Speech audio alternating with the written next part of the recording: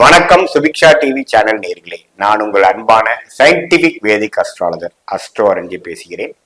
நல்லது நினைப்போம், நல்லதே நடக்கும். இந்த வீடியோஸ்ல பாத்தீங்கன்னா மேஷராசிக்காரர்களுக்கு ஏப்ரல் 2025 எத்தகைய ஒரு மாதமாக பலாபலன்கள் நிறைந்த ஒரு மாதமாக இருக்க போகுதுங்கிறது பார்க்க போறோம். அதற்கு முன்னாடி நம்ம சேனல் ஃபர்ஸ்ட் டைம் வரவங்க மறக்காம சப்ஸ்கிரைப் பண்ணுங்க. ஸோ தட் நம்மளுடைய எல்லா வீடியோஸும் உங்களை அடையும், அதனால நீங்க பயன் பெறலாம்.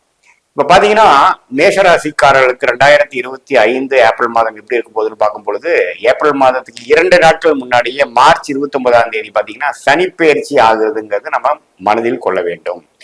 சோ இதுவரை 11ஆம் இடத்தில் இருக்கக்கூடிய சனி 12ஆம் இடம் என்று சொல்லப்படுகிற 7 நாட் சனியோட ஸ்டார்டிங் ஸ்டேஜ் விரைய சனி ஸ்டார்ட் ஆகுது.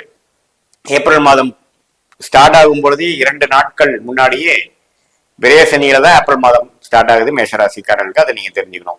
சரி, சனி விரைய சனியா வரும்பொழுது என்ன சார் அப்படின்னா, லைஃப்ல அடுத்தடுத்த மாற்றங்கள் அடுத்த 2.5 வருஷங்கள், அதுக்கப்புறம் வரக்கூடிய 2.5 வருஷங்களா வரப்போகுது அப்படிங்கறத நீங்க மனசுல வச்சுக்கணும். சரி, இப்போ ஏப்ரல் மாதம் என்ன ஆக போகுது அப்படின்னா, கொஞ்சம் அதோட டெண்டன்சி எல்லாம் காமிக்கும்.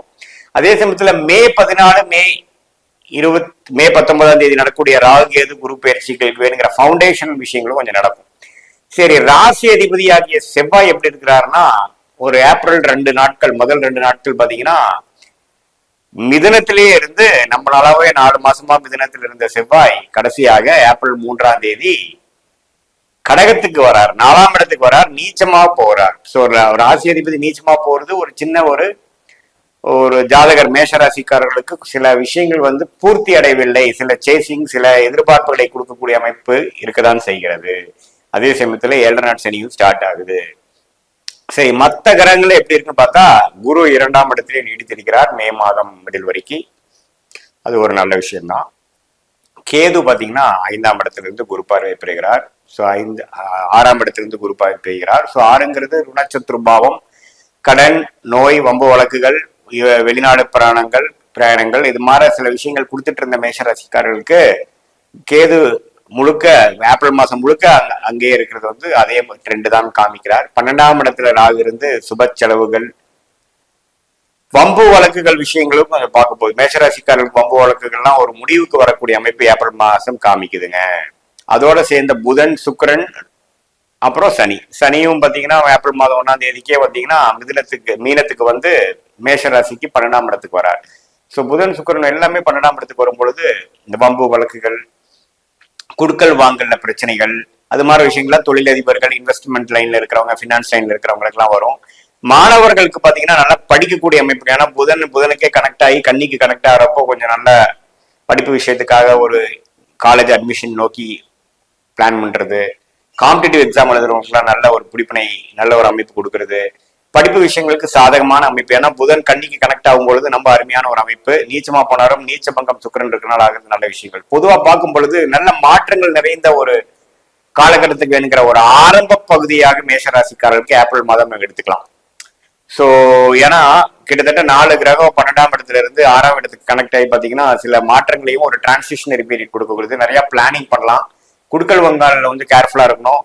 அதே சமயத்துல இல்லத்தரசிகளுக்கு பாத்தீங்கன்னா கொஞ்சம் உடல் உபாதைகள், கொஞ்சம் சில விஷயங்கள் எதிர்பார்ப்புக்கு இன்னுமே கிடைக்கல, மே மாதம் ஜூன் மாதத்துக்கு மேலதான் வரும், ஆனா இப்ப கொஞ்சம் இழுபறியா போகுதுங்கிற மாதிரி சில விஷயங்கள், குடும்பத்துல சில சுப விஷயங்கள் எல்லாம் கொஞ்சம் ஒரு மாதிரியா இருக்கக்கூடிய அமைப்பு. ஏன்னா 6ஆம் இடம் தான் அதிகமா சம்மந்தப்படுது. ஸோ டிராவலிங்கு, வெளிநாடு விஷயங்கள், இம்போர்ட் எக்ஸ்போர்ட், குடுக்கல் அது மாதிரி விஷயத்துக்குலாம் ஒரு மாதிரியான ட்ரெண்ட், நல்ல ஒரு அமைப்பு கொடுத்து, சில மற்ற விஷயங்கள் பார்ட்னர்ஷிப்பு, ஒரு கருத்து வேறுபாடு இல்லாமல் கொஞ்சம் சுமூகமா போகக்கூடிய விஷயம் எல்லாம் கொஞ்சம் இழுபறியா இருக்கக்கூடிய அமைப்புகள், கான்ட்ராக்ட்ஸ், பார்ட்னர்ஷிப்ஸ், அதெல்லாம் கொஞ்சம் கைக்கு வாய்க்கு வரவில்லைங்கிற மாதிரி ஒரு அமைப்பு கொடுக்குது. ஏன்னா 7ஆம் இடம் சம்மந்தப்படலை. ஸோ அப்படி இருக்குதுங்க. ஸோ கடன் மூலமாக அபிவிருத்தி பண்றது, அடுத்தவங்க ஃபண்ட்ஸ் வர்றது, நம்மளால எதிர்பார்த்துட்டு இருந்த ஃபண்ட்ஸ் நமக்கு கிடைக்கிறது, இது மாதிரி பல விஷயங்கள் கொஞ்சம் சாதகமான பலன்கள் மேஷராசிக்காரர்களுக்கு உண்டு. 4ஆம் இடத்துக்கு செவ்வாய் ராசி அதிபதி நீச்சமானாலும் 10ஆம் இடத்துக்கு சம்மந்தப்படும் பொழுது கொஞ்சம் ஒரு புதுசா ஒரு விஷயத்துக்காக கொஞ்சம் மெனக்கெட்டு செய்யறது, ஒரு புதிய முயற்சிகள் ஈடுபடுறது, அது மாதிரி சில விஷயங்கள், இது மாதிரி மெடிக்கல் ரிலேட்டட் லைன்ல இருக்கிறவங்க, கேட்டரிங் லைன்ல இருக்கிறவங்களுக்குலாம் கொஞ்சம் ஒரு ஒரு ஒரு நல்ல ஒரு அமைப்பு, நல்ல ஒரு சேஞ்சு, நல்ல ஒரு ப்ரொமோஷன், நல்ல ஒரு ஆப்பர்ச்சுனிட்டி கிடைக்கக்கூடிய அமைப்புகள்லாம் உண்டு. அதே சமயத்துல சனி வந்து இதுவரை 11ஆம் இடத்துல இருந்து கொஞ்சம் ஒரு மாதிரி சொகுசான ஒரு இடத்துல போய் நம்ம செட் ஆயிட்டோம் அப்படிங்கிற மாதிரி இருக்கக்கூடிய அமைப்புகள்லாம் வந்து கொஞ்சம் மாறி அடுத்த கட்ட ஒரு ஒரு நடவடிக்கை, அடுத்த விட ஒரு ப்ரொஃபைல் சேஞ்சு, வேற ரெஸ்பான்சிபிலிட்டிஸ், வேற ஒரு அமைப்பு, அதெல்லாம் கொஞ்சம் கிடைக்கக்கூடிய அமைப்புகள் மேஷராசிக்காரருக்கு உண்டு. செலவுகளும் இருக்கும், வருமானங்களும் அதிகமாகும்.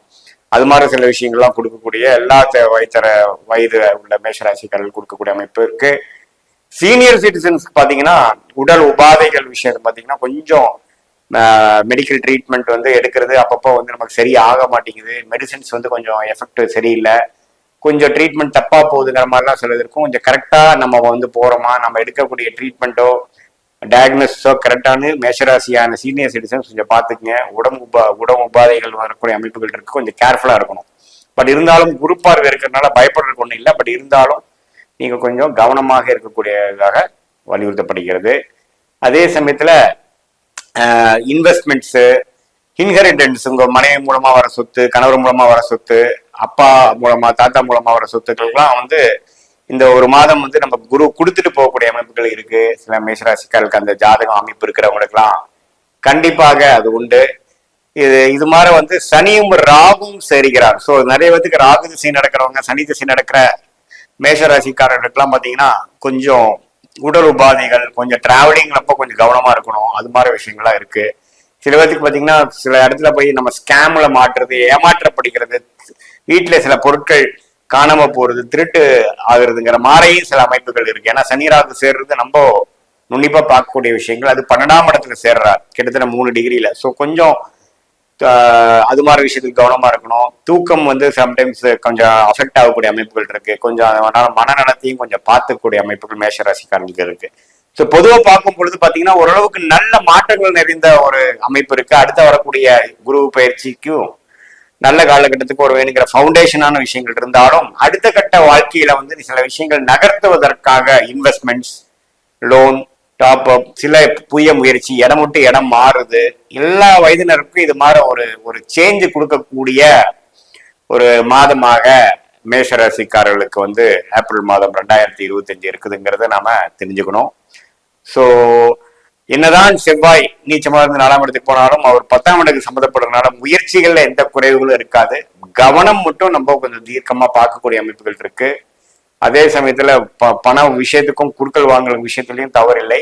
எல்லா ஹெல்த்து, பினான்சியல் விஷயங்கள், மற்றபடி பாத்தீங்கன்னா முயற்சிகள்ல வந்து நம்ம வந்து ஏதோ விஷயத்த பார்க்காம போறோமா, எதையோ நம்பி நம்ம பண்றோமா, நம்ம ஏமாற்றப்படுற வாய்ப்பு இருக்காங்கிறதையும் கொஞ்சம் கவனமா பார்த்து செய்து கொள்ள வேண்டுங்கிறது அறிவுறுத்தப்படுகிறது. இது பொதுவான ஒரு பலன்களை தவிர உங்க ஜென்ம ஜாதகத்துல உங்களோட லக்னாதிபதி எப்படி இருக்கிறார், உங்க லக்னத்துக்கு சம்பந்தப்பட்ட தசாபுக்திகள் வந்து சிறப்பா இருக்கா, உங்களுடைய தசநாதன் எப்படி இருக்கார், புக்திநாதன் எப்படி இருக்கிறார், அது நம்ம சொன்ன கோச்சார அமைப்போட ஒப்பிட்டு பார்க்கும் பொழுது துல்லியமான அடுத்த வரக்கூடிய 2 வருடங்கள் எப்படி இருக்க போகுது, லாங் டேர்ம் பிளான்ஸ் எப்படி இருக்க போகுது, எது மாதிரி டைரக்ஷன் நம்ம லைஃப்ல காமிக்குது அப்படிங்கிறதுலாம் இந்திய வேத ஜோதிடம் சயின்டிபிக் வேதிக் அஸ்ட்ராலஜி முறையில அருமையாக துல்லியமாக பார்க்கலாங்கிறது தெரிஞ்சுக்கங்க. இது வந்து பொதுவான பலன்கள் தான்.